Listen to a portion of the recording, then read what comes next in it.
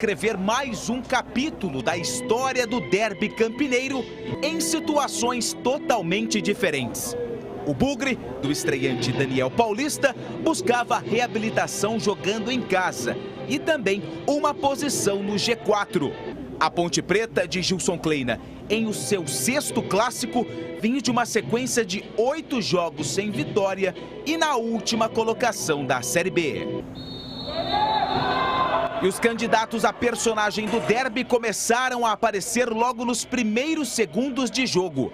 O atacante Júlio César quase fez valer a lei do ex. Cruzamento de Diogo Matheus. O camisa 94 domina dentro da área e finaliza para a defesa de Igor Vinhas. A bola ainda fica viva e Cleilton afasta o perigo. A resposta da Ponte vem com Niltinho. O atacante aproveita a bola mal afastada e manda um chute de longe para a defesa de Gabriel Mesquita. A Macaca continua no ataque e aos 11 minutos do primeiro tempo, após escanteio cobrado por Camilo, Dauan, de cabeça, acerta o travessão de Mesquita. Primeiro tempo eletrizante e aos 25 minutos, Regis domina a bola dentro da área e faz o cruzamento. A bola passa por toda a extensão da área e sobra para Diogo Matheus, de carrinho, acertar a rede, só que do lado de fora. Com dificuldade de finalizar ao gol, a Ponte Preta aproveita as bolas paradas. Após cobrança de falta cruzada, Camilo manda direto para a defesa de Gabriel Mesquita. Quando o movimentado primeiro tempo dava a impressão que terminaria sem gols, surgiu o personagem improvável do clássico. Aos 41 minutos, o zagueiro Carlão avança até o ataque e, livre de marcação, levanta a cabeça e dá um passe perfeito para Regis, dentro da área, dominar de perna direita e de canhota, finaliza no canto de Igor Vinhas. 1-0 Guarani.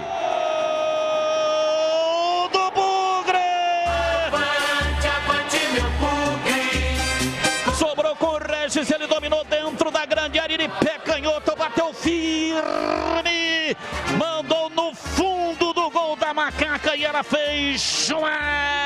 No segundo tempo, a Ponte parte para cima do Bugre, na tentativa do gol de empate. Aos 6 minutos da etapa final, o lateral Rafael Santos, de fora da área, finaliza forte, mas a bola sai pela linha de fundo. Personagem do derby de número 199, Moisés resolveu aparecer no jogo. Aos 11 minutos do segundo tempo, Rodrigão deu um leve toque e deixou o camisa 21 de frente com Gabriel Mesquita. Mas Moisés demora para finalizar e Thales acaba impedindo o gol da Ponte. Na cobrança de escanteio, Rodrigão sobe mais alto que a defesa do Guarani, mas cabeceia sem direção.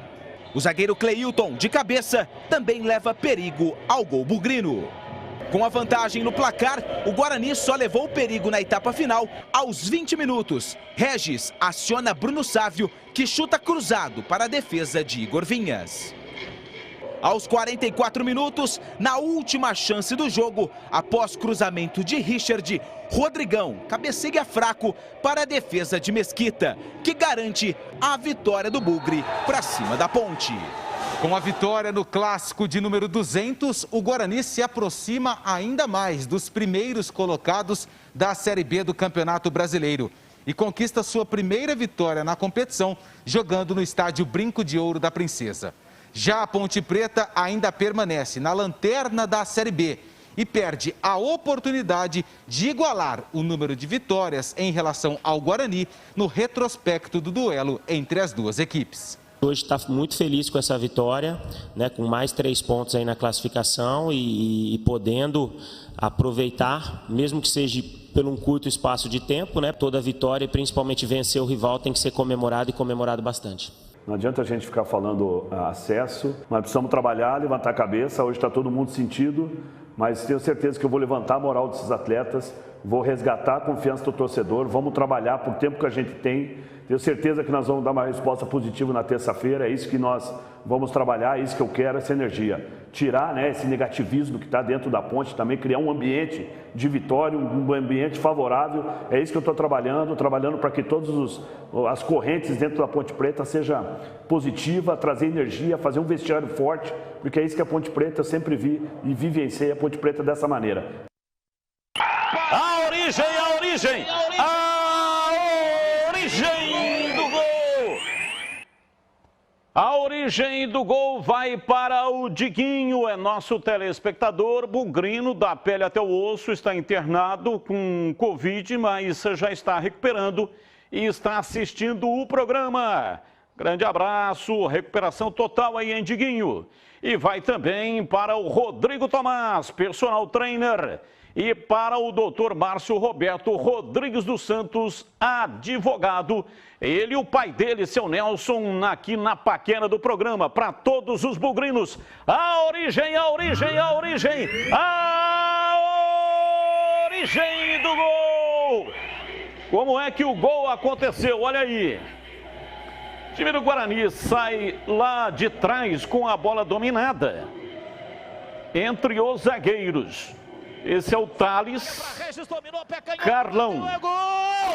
Cadê a marcação aí, Batista? Olha lá, atravessou o campo inteiro. O que aconteceu foi o seguinte, né? Com a entrada do Rodrigão. Não, mas cadê os volantes? A Ponte abriu as laterais. Mas cadê os volantes? Deu as laterais. E aí o Bidu ia lá para frente para segurar a marcação no ataque e abriu o corredor lateral para os zagueiros. Foi o que aconteceu. Mas aí o Carlão foi à frente, nenhuma marcação. Pois é, rasgou o campo da Ponte, o campo defensivo da Ponte inteiro. Aliás, você mandou a origem aí para vários amigos da gente, manda aqui também para o Francis. O bugrino Francis que está vendo, está feliz da vida com a vitória do Guarani. Olha lá o Carlão. Ó, ele está dentro do campo do Guarani, ó, aí vai. Ó, o Bidu está lá na frente, espetado. Aí vai. Segurando a marcação. Aí vem o Carlão, os volantes da Ponte só olhando. Só olhando. E aí ele faz um passe de GPS para o Regis, que está, o craque do Derby 200. Que está o Regis, um belo gol. Com o Ednei ali no encalço dele. O Ednei só faltou pedir autógrafo. Também não encostou. Então, mérito sim de uma jogada bem construída pelo Guarani. Belíssima finalização do Regis, mas o time da Ponte não pode ficar assistindo o Guarani jogar, né? Como o Guarani não assistiu a Ponte jogar. O Guarani não afrouxou a marcação, foi para dentro, guerreou durante todo o jogo e a Ponte também fez um bom segundo tempo. Só que aí faltou atenção, não, CH? Faltou, né? Você veja que os dois volantes estão afundados junto com os zagueiros. É o Locatelli ali. E o Locatelli, ao invés de dar o combate, vira de costa na hora do passe. Isso é atitude, pô. Então, o comportamento dos dois volantes da Ponte já faz muito tempo. Então, os dois estão comprometendo. Essa é a grande realidade. Quando tem a bola, eles não jogam e não fazem o time jogar. E quando tem que marcar, marca distante. E o seu Ednei aí tá com brincadeira, né? Dá uma olhada dentro da área. Ele assiste o Regis fazer o gol. Qual o trabalho? Ele não encosta, não incomoda o Regis, que vira com tranquilidade dentro do gol. Você pega um jogador com essa qualidade aí do Regis, dentro da área, e dá toda essa liberdade, ele vai meter na rede. Depois não adianta. Não adianta chorar. Querer atribuir responsabilidade para o goleiro ou coisa do tipo, né? Então, um jogo de razoável para bom, onde a Ponte reagiu muito no segundo tempo. Também o treinador do Guarani contribuiu para essa reação da Ponte, tirando jogadores de armação, jogadores ofensivos e colocando jogadores mais defensivos. Acho que ele correu um risco que nem precisaria ter corrido, pelo momento do Guarani, muito superior ao da Ponte, mas ele tratou de garantir para mim muito cedo e a Ponte poderia ter empatado o jogo. Mas entendo que o Guarani, pelo primeiro tempo que fez, pela consciência, pela raça, pela organização, mereceu o resultado. Olha, tem um detalhe importante, e eu não estou defendendo o Daniel, eu estou concordando com você, Tigrão, mas na coletiva ele foi questionado sobre as mexidas. E ele disse o seguinte: a única mexida que eu fiz, que eu posso ser responsabilizado na parte técnica e tática, foi a entrada do Titi. As outras, todas as outras foi, principalmente por contusão ou por cansaço. Então, mas ele tira o Regis. Não, e sim. tinha atacante no banco. Exatamente. Ele põe o Índio. Né? Ah, estava cansado, vou poupar o jogador. Aí vem com o Índio Siebert, diga-se. Aliás, se ele coloca o Lucão, por exemplo, ele muda o jeito de jogar. Foi o que ele falou na coletiva, Tigrão. Eu não concordo. Eu também não concordo. Eu não concordo. Estou só trazendo à luz aqui o que disse o treinador. Porque realmente aconteceu isso. Quando ele mexeu no time, o time foi jogado para baixo, ficou pior do que estava. Mas é uma decisão, convenhamos, difícil, né? Difícil. Um clássico complicado como esse. A Ponte cresceu, estava em cima do adversário. Aí se ele coloca um atacante e toma o gol, empate em casa seria horroroso. E aí o que ele fez? O que todos os treinadores fazem. Vencendo a partida, monta ali um cinturão de marcação a partir da intermediária, se fecha atrás e não adiantou nada, né? Tenta segurar o resultado. Ele conseguiu segurar o resultado, parabéns para ele, mas esse tal de cinturão de marcação, olha aí o que virou. A Ponte foi para dentro do Guarani. Só essa oportunidade. Teve aquele outro chute da entrada da área. Falta de confiança do Moisés, porque se ele bate antes, ele faz o gol. Chute da entrada da área do Rafael Santos. A última bola do jogo, que nós infelizmente não temos aí na edição, já observei, é um cruzamento onde o Renatinho vai escorar a bola no bico da pequena área sozinho. Mas a fase dele é tão negativa que ele não conseguiu matar a bola. Se ele para a bola, faria o gol, que ele bate muito bem, ele bate seco como o Regis. Concordo. Canhoto também. Última bola do jogo. O Renatinho não consegue parar a bola. Foi depois desse lance. Depois desse daí do Rodrigão. Esse foi muito fácil. Cabeceou fraco. Mas a do Renatinho, com todos os jogadores de marcação que o Guarani pôs, ele sobrou sozinho no bico da pequena área. E por uma falta de habilidade naquele momento dele, que é um jogador habilidoso, ele não pisou e bateu.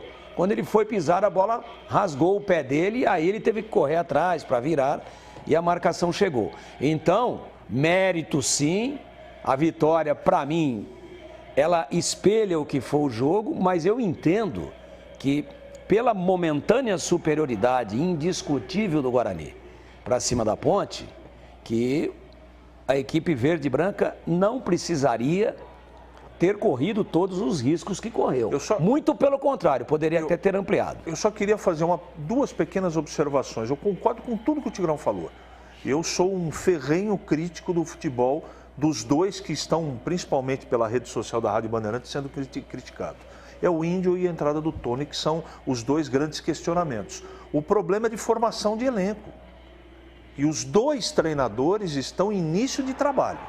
Então vai acontecer oscilação, não tem jeito.